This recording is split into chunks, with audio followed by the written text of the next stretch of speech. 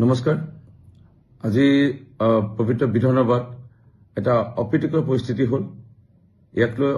ইতিমধ্যে মই অসম পবিত্ৰ বিধানসভাত মাননীয় উপাধ্যক্ষ ডক্টৰ নমীন মহম্মদ ডাঙৰীয়া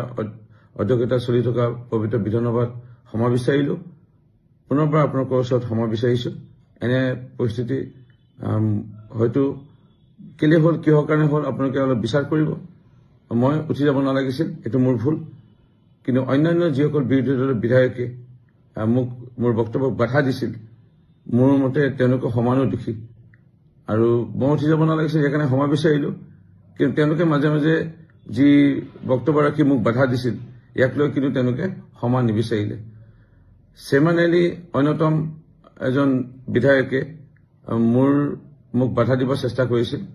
তেওঁ জেলত যোৱা ব্যক্তি এখানে মই তেওঁৰ বিষয়ে একো বিশেষকৈ ক'ব বিচৰা নাই জেলত যোৱা মানুহ অকমান মানসিকভাৱে চাগে তেওঁ কি হৈ আহিছে নাজানো তেওঁৰ বিষয়ে মই একো নকওঁ অখিল গগৈ যিজন বিধায়কে আজি মোক প্ৰথমে বাধা দিব চেষ্টা কৰিলে দুদুৱালী প্ৰসংগত মই বক্তব্য ৰাখিব লওঁতে এই অখিল গগৈ লোকেল গাৰ্জেন মোৰ মাতৃ যেতিয়া 91ত 91 চনত বিধায়িকা আছিল তেতিয়া গুৱাহাটীত মোৰ মাতৃ থকা হেতু বিধায়িকা হিচাপে লোকেল গাৰ্জেন হৈছিল অখিল গগৈৰ সেই সময়ত কটনত পঢ়ি থকা অৱস্থাত মোৰ মাতৃ লোকেল গাৰ্জেন মানে এক প্ৰকাৰ অভিভাৱক এক প্ৰকাৰৰ পিতৃ মাতৃ কিন্তু অখিল গগৈ কেনে স্বাৰ্থপৰ এজন ব্যক্তি ইতিমধ্যে আপোনালোকে লাহে লাহে বুজিব লাহে লাহে বুজিছে সকলোৱে তেওঁ মোৰ মাতৃ ঢুকাওঁতে এদিনো খবৰ ল'ব নাহিল না মোৰ মাতৃ ঢুকাওঁতে না সমাধিত গৈ ধূপ এটা জ্বলালে চাকি এটা জ্বলালে সেই অভিভাৱকে পাহৰি যোৱা সেই অখিল গগৈ নিজৰ পিতৃ মাতৃকে পাহৰি মানে যোৱা বিধৰ বুলি ক'লেও ভুল নহ'ব সেই অখিল গগৈ যেতিয়া স্বাৰ্থ থাকিব আপোনালোকক বিচাৰিব মই অন্যতম এটা উদাহৰণ দিওঁ মোৰ মইনী সমষ্টিত আপোনালোকে সকলোৱে জানে লুখৰাখন গাঁৱত অখিল গগৈৰ গৃহ আজিও মাক লুখৰাখন গাঁৱতে থাকে এই লুখৰাখন গাঁৱৰে দেহিৰাম গগৈ ডাঙৰীয়া পিতৃদৰে অখিল গগৈ বৰ্তা বুলি মাতিছিল বা নিজৰ খুৰা বুলি মাতিছিল দেউতা বুলি মাতিছিল তেওঁৰ পুত্ৰ বুবুল গগৈ ডাঙৰীয়া অখিল গগৈক দিনে ৰাতিয়ে নিজৰ মৎস্যকলত ঘূৰাই মেলি নিজৰ টকা পইচা খৰচা কৰি বৰষুণে ৰ'দে কষ্ট কৰি পেলাই এই বুবুল গগৈ ডাঙৰীয়াই পৃথিৱী দেখুৱাইছিলে বা ৰাজনীতি দেখুৱাইছিলে বা সমাজখনৰ ওচৰত চিনাকি কৰাই দিছিলে অখিল গগৈক কিন্তু এই বুবুল গগৈ ডাঙৰীয়াৰ পিতৃ দেহিৰাম গগৈ ডাঙৰীয়াৰ শ্ৰাদ্ধত বা মৃত্যুত এদিনো গৈ খবৰ নললে যোৱাকালি সকাম হৈ গ'ল আজি ভোজ হৈ গ'ল মই স্থানীয় বিধায়ক হিচাপে হওক এজন নমস্য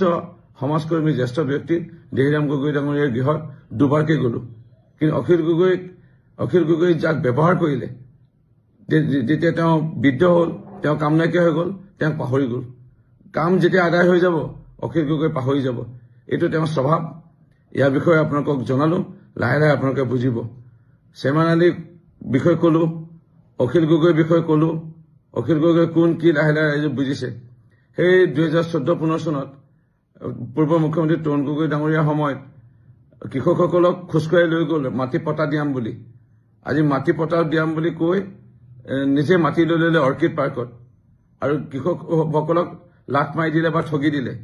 সেই অখিল গগৈৰ বিষয়ে আপোনালোকে লাহে লাহে শিৱসাগৰবাসী ৰাইজে লাহে লাহে বুজিছে আৰু অলপ বুজিবলৈ বাকী আছে লাহে লাহে বুজিব বাকী আমাৰ মইনী সমষ্টিৰ মানুহে জানে আৰু লাহে লাহে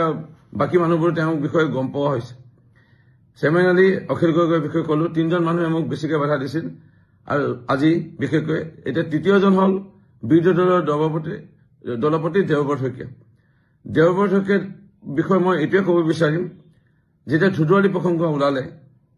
তেওঁ পিতৃ প্ৰয়াত মুখ্যমন্ত্ৰী সন্মানীয় হিতেশ শইকীয়া ডাঙৰীয়া যেতিয়া মুখ্যমন্ত্ৰী আছিল এই ধুদুৱালী ঐতিহাসিক ধুদুৱালী আহোম ৰজাদিনীয়া এই ধুদুৱালীত 3 লেন যুক্তটো বাদ দিয়ক 2 লেন যুক্তটো বাদ দিয়ক 1 লেন যুক্ত ৰাস্তাই ভালজনে বনাব নোৱাৰিলে এতিয়া মাননীয় মুখ্যমন্ত্ৰী ডক্টৰ হিমন্ত বিশ্ব শৰ্মা ডাঙৰীয়াই 3 লেন যুক্ত ৰাস্তা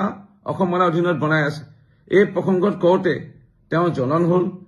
আৰু পিছলৈ গৈ এনেধৰণে বাধা দিব চেষ্টা কৰিলে যাকি নহওক এইটো এটা অপচেষ্টা তেনেকৈ কৰিছে মই যিমানটো জানো 90 নহলেও 80% মানুহে জানে ৰূপজ্যোতি কুৰ্মী। সেইকাৰণে মইনু সমষ্টি ৰাইজে আজি 5বাৰ আমাক বিধায়ক ৰূপে নিৰ্বাচিত কৰিছে। সুখে দুখে কোনে ৰাইজৰ লগত আছে বা কোনে ৰাইজৰ লগত থাকিব মৃত্যু শেষ মুহূৰ্তলৈকে এয়া মইনু সমষ্টি জানে, পূৰ্ব মইনু সমষ্টিৰ ৰাইজেও জানে, আৰু এইটো নৱগঠিত মইনু সমষ্টিৰ পূৰ্ব তিয়ক সমষ্টি অঞ্চলৰ ৰাইজেও আমাক পাইছে, তেওঁলোকেও জানে। সেইকাৰণে ৰাইজে নিশ্চয় আমাক আশীৰ্বাদ কৰিব, আমাক সহযোগিতা কৰিব, আৰু আমাক আগুৱাই লৈ যোৱাৰ ক্ষেত্ৰত আমাক দিয়া পৰামৰ্শ দিব। থাকিল কথা, মোক যদি কোনোবা সন্মান নকৰে মই কেতিয়াও সন্মান নকৰো, আৰু মোক যোনে সন্মান কৰিব মই তাৰ 100 গুণ বেছি সন্মান কৰিম। এয়া সমষ্টিবাসী ৰাইজে জানে। আমাক অকণমান মিঠা মাত এষাৰ দিলে, অকণমান আমাক হাঁহি মাৰি কথা পাতিলে, আমাক অকণমান আমাক নমস্কাৰ নিদিলেও অকণমান যদি আমাক ভাল ধৰণে এষাৰ শব্দ ব্যৱহাৰ কৰে সেইটো আমি যথেষ্ট সন্মান দিওঁ। এয়া মইনু সমষ্টিৰ ৰাইজে জানে। সেইকাৰণে মই বিশেষ নকওঁ। এই 6 মিনিটৰ ভিডিঅ'ৰ পিছতে আৰু এটা ভিডিঅ' আছে। আজি অসম পবিত্ৰ বিধানসভাত আজি আমাৰ দলৰ তৰফৰ পৰা মোক 10 মিনিট ক'বলৈ সুযোগ দিয়া হৈছিল। এই 10 মিনিট 7 মিনিট কেইটামান ছেকেণ্ড যোৱাৰ পিছতে এই 3জন নাম লোৱা বিধায়কে মোক বাধা দিব চেষ্টা কৰিলে, আৰু এনেধৰণৰ এটা পৰিস্থিতিৰ সৃষ্টি হ'ল। পুনৰবাৰ মই বিধানসভাতো সময় বিচৰাৰ লগতে আপোনালোকৰ ওচৰত সময় বিচাৰিছো। এনে মই কাম উঠি যাব নালাগিছিলে, হয় এয়া মই আৰু কেতিয়াও ভৱিষ্যতে নকৰো। আপোনালোকে মোক ভাল ধৰণে আপোনালোকে পাব, এজন ভাল মানে বক্তা হিচাপে পাব। আজিও বক্তব্য ভাল দিছো, আপোনালোকে শুনিব। অনুগ্ৰহ কৰি মোৰ বক্তব্য শুনিব। তাৰ মাজতে কিন্তু 7 মিনিট কিমান ছেকেণ্ডৰ যোৱাৰ পিছতে এটা অপ্ৰীতিকৰ পৰিস্থিতিৰ সৃষ্টি হ'ল। তাৰ আগলৈকে মই ধুনীয়াকৈ বক্তব্য ৰাখি আহিছিলো। মাননীয় দেশৰ প্ৰধানমন্ত্ৰী নৰেন্দ্ৰ মোদী ডাঙৰীয়া, মাননীয় মুখ্যমন্ত্ৰী ডক্টৰ হিমন্ত বিশ্ব শৰ্মা, কেন্দ্ৰ ৰাজ্যৰ NDA চৰকাৰৰ কথাই কৈ আছিলো। ইয়াত বিৰোধী দলন হ'ল, তেওঁলোকে গম পাইছে যে 26ত আহিব নোৱাৰিব। ইয়াক লৈ তেওঁলোকে এটা পৰিৱেশ সূচনা কৰিব বিচাৰিছিল, কিন্তু মই জনাত তেওঁলোক বিফল হ'ল। মোৰ ভিডিঅ'টো ইয়াৰ পিছতে আছে বিধানসভাৰ, শুনিব।